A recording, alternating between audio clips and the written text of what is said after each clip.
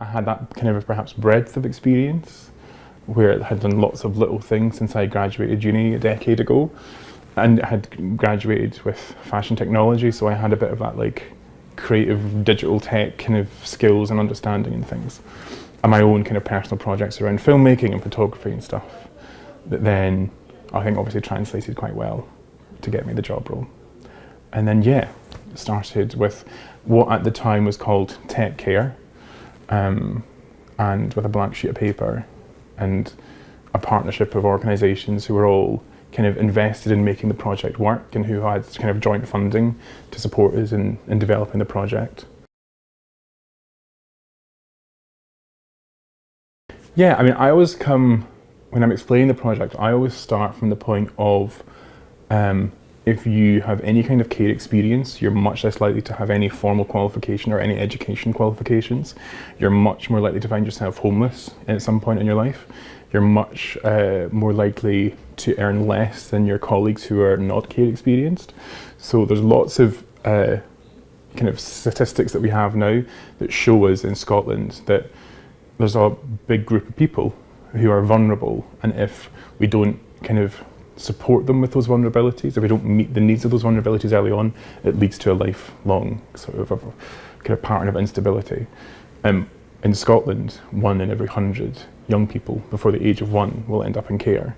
That's a massive group of people that are going for the rest of their life are going to have these issues and additional support needs, and that's where I come at with Circuit now. What would be the impact if we could provide that open space where you could go in and learn something new, learn about technology, learn about creativity, develop skills? Would that be that early intervention that would get you into education, that would get you into a job, that would get you into starting your own business? Would that provide stability? And so Circuit, on the face of it, is about trying to open up hubs that give that space, physical space for you to go and learn, but then also provide you with lots of really great programs and workshops and skills development training and things. Yeah, well, when I started, I will say we had a partnership board that had some young people that had care experience on it, and in reviewing the funding kind of that was given, there was lots of this kind of buzzword of co-design. It kind of been plastered across it, I think by YMCA and everyone else, and when I kind of came in, I thought I'm not kind of seeing co-design here, and I think that's more because of the way that the partnership, and initially as it was set up, there's lots of people who were discussing how they're going to work together, and the mechanics of it I think perhaps excluded some of the younger voices who were just there to kind of give their 2 pence. So the first thing that we did was we separated the young people, the service users, and the policymakers and funders and the project managers, we're going to call it, the partners, and we established a consultant board. So we've had lots of different numbers of consultants. We now have 11 consultants who are all people between the ages of, our youngest has been 16, our oldest is 28. They all have different kinds of care experience, from fostering, kinship, residential, the kind of, I think we've got someone from every every aspect of care experience that's involved in this. We've got people that have additional support needs, people that have their own, personal journey with mental health and anxiety and things, and we work with them to design Circuit, and then we take those ideas to the partnership board, and we kind of create manifestos, as we call it. Take that to the partnership board, and we tell them this is what we need to do, how can we do it. The most recent one we had was around the name of this project, and it took us a year to get into it before some of the consultants said, does it have to be called Tech Care? What does that even mean? Because I think it was a name that had been pitched right in the beginning of the process, and the kind of key bit of feedback that kind of made us kind of make it something we were going to have a big discussion about was that 2 of the consultants said, does every service that I use have to have the word care in it? Because when you have care experience, there's lots of, fortunately, policies and services that are set up for you. There's lots of language around care now. It's about ever trying to kind of support people through the promise.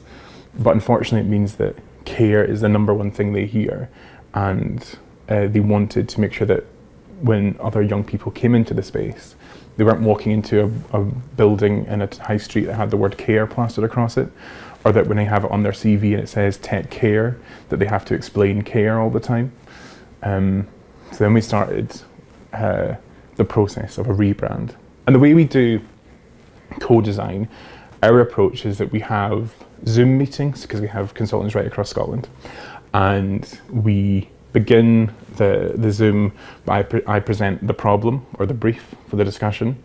If we need to have some kind of learning in that process, so we had a branding consultant designer come along and explain the value of brand and what it's like to name something, and showing his portfolio about how he got into branding and graphic design and some of his projects and what the impact of it could be. And then we have an open discussion for the rest of the time. There's normally about an hour and 20 minutes. Essentially, I try to ask questions and get them, if they have a kind of a throwaway comment, I try and pull it back into them and ask them to explain their thinking behind it. Really, it's about trying to give a really open space where everyone in the room has care experience. They can talk about it, they don't have to explain too much, but they can be really honest about, well, actually, when you use this word, it makes me think of this. When you use the word, when I go into a room that's got orange everywhere, it makes me think of the children's justice centres that I spent time in. When you say words like tribe or clan, it makes me think about my own life and how I don't have those. So we had a really lengthy kind of discussion. And at the end of that, I wrote down a manifesto that said, these are the words we want to use, these are the words we don't want to use, let's come up with a new kind of name together.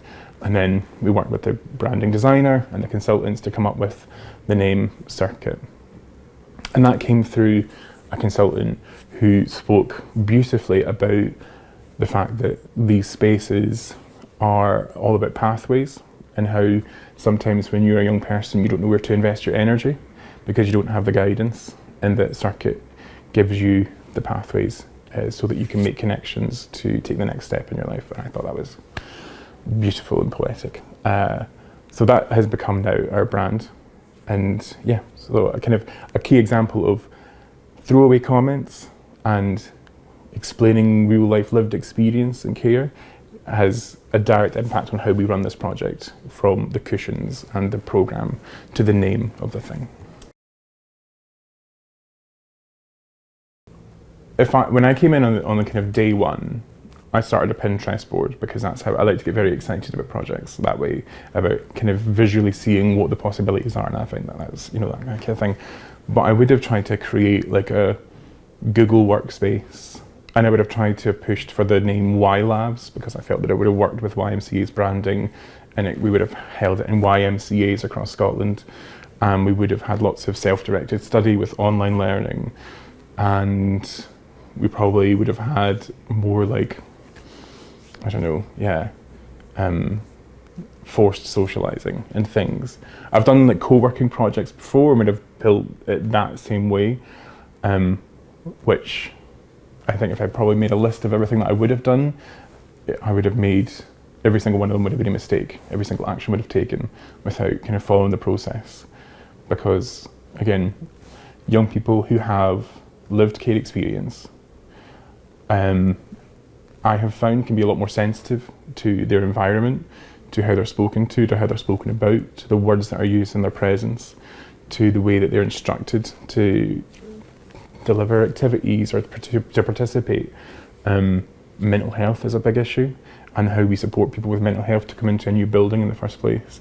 I wouldn't have had these building blocks had it just been me setting up a co-working hub.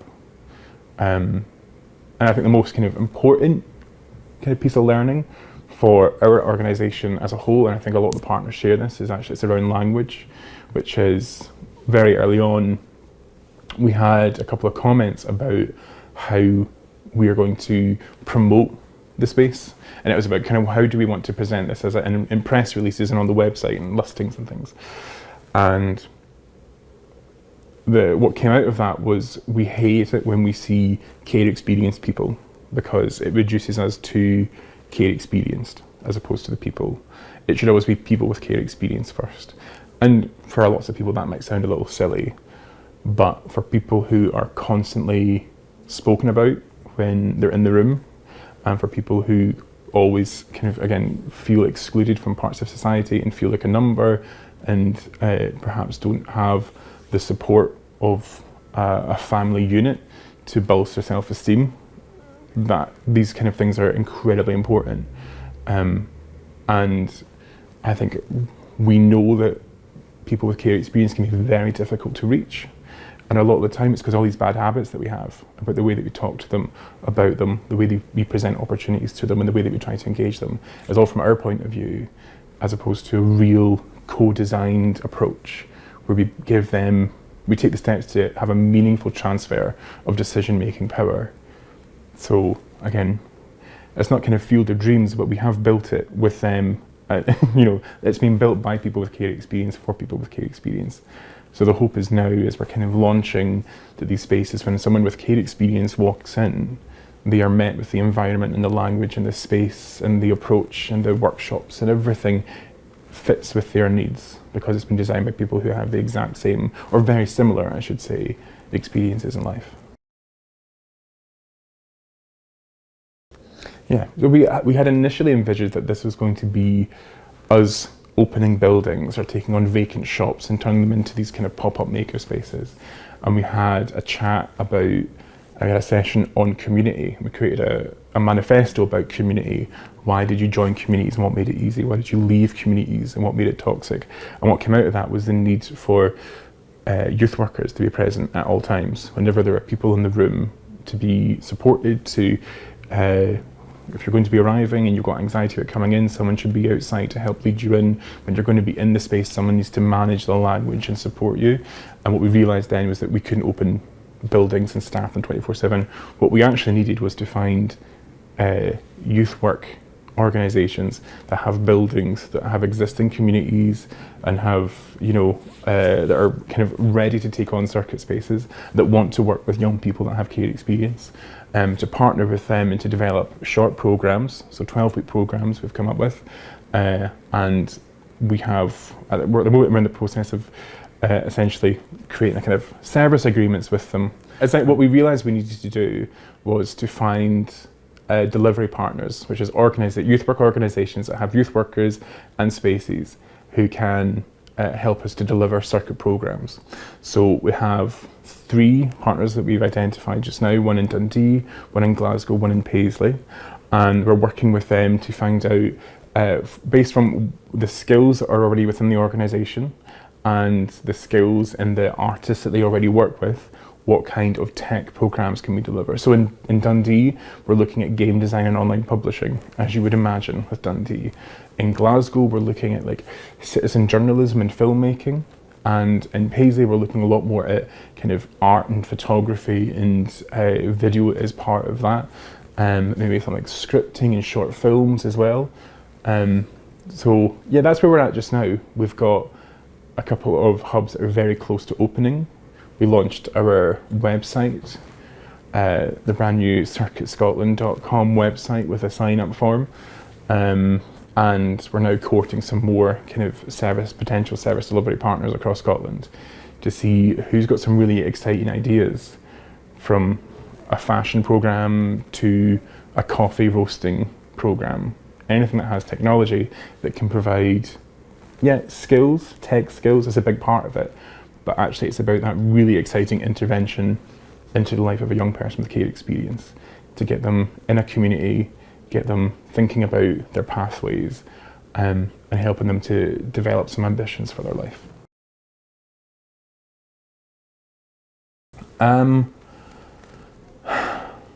I probably learned that I don't know it all, which, coming into new projects, you try and be very confident in your skills, because it's always very nerve-wracking coming in, and you can always be a bit anxious, and my go-to is to be in charge of everything. That doesn't work with young people with care experience because you'll steamroller over their fantastic ideas. Youth work is new to me. I have a lot of young people in my life. I've got a younger brother. He joined us through the care system. We were a foster family for a long time. So I'm not necessarily intimidated by working with young people, but trying to work alongside them to open up their ideas is something that's very new, and I really enjoy it. And I think I'm actually, not to toot my own horn, but I think I'm quite good at it. And that way of being able to help people see ambitions and develop their ideas and that sort of stuff. I'm quite good with that with adults, but I've discovered actually I really enjoy that process with young people. I don't think there's anything else I've really learned about myself. I think that they might not be as aware of the impact. And I say that because I think at the moment, they're kind of in the mechanics of how we're decision making. And I think that it's actually once they start to see spaces open and can actually go and visit a circuit hub, when they will see the throwaway comments they made 6 months ago about signage, or the comments they made about sensory lighting, or about the name circuit on a decal on a wall and those sorts of stuff. When they begin to see their viewpoints are central to this project and we care deeply about them, and we're not here to kind of pay lip service, which I think unfortunately lots of projects that work with young people and specifically young people with care experience, a lot of the time that's what it kind of leans to. But that's not what we've done here. We've taken everything they've said deadly seriously, and I hope they were being honest because we've went ahead with their manifestos and created hubs. Yeah, I mean, I think kind of like the promise, it's about getting it right for every child. And what we have developed here is actually manifestos that allow you to open up a technical makerspace, or techie makerspace that is inclusive. And actually, the manifestos that we've created, they work with people who have additional support needs, people that are in flexible education, people that need that extra bit of care and attention and support.